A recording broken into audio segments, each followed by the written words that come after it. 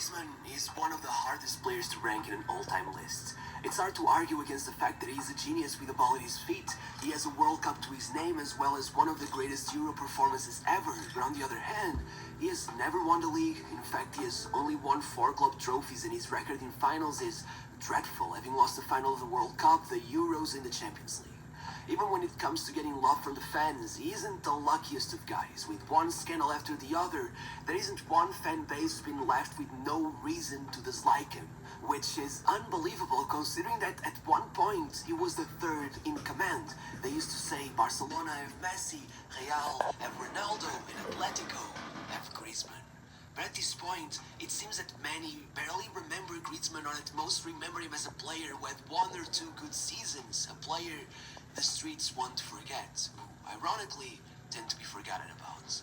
But the funny thing is that this rejection isn't at all strange to Griezmann. In fact, he wasn't meant to have made it as a footballer at all. He was short and slow as a kid, and if you know anything about academy football, then you know the system is extremely unfair.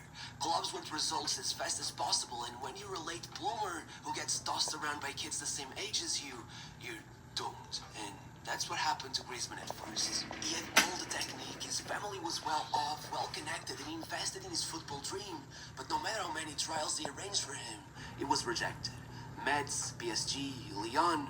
But the answer was no every single time, and it broke his father's heart to have to break the bad news to his son every time. Regardless, by the time he was 14, his dad was out on vacation in Croatia, and Griezmann went for a trial at Montpellier. At first, there was nothing too special about it, but then a man who had taken a pit stop in Paris to visit an old friend who worked at the club stopped for a second watching the kids, and Griezmann stuck out to him as he was the only kid not wearing the Montpellier kits. Immediately, it became obvious to the man that his touch was years beyond his age. So he waited for the end of the session, approached Griezmann, who sat down in the stands eating some cookies, first asked him for one, and then asked him if he would like to come play in Spain. The man's name was Eric Ollatz. He was a scout for Real Sociedad, and despite the fact that Montpellier would once again reject Griezmann, he was convinced he had found the next great French talent. But by then, it would be Griezmann's parents who would stall his career, with his dad repeatedly rejecting the scout's offer and saying, "I already know how this story ends, and I'm not gonna drive 600 miles just for my kid to get rejected again." You guys see this amazing truck? My car insurance company was totally ripping me off for it until I found... And it wasn't until Eric pulled some strings and got someone at the club to call the dad that he finally gave in.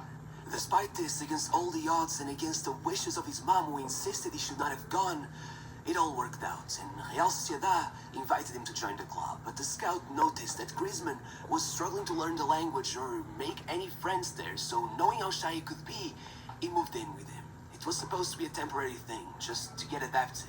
3 months tops, but instead, they ended up living together for 6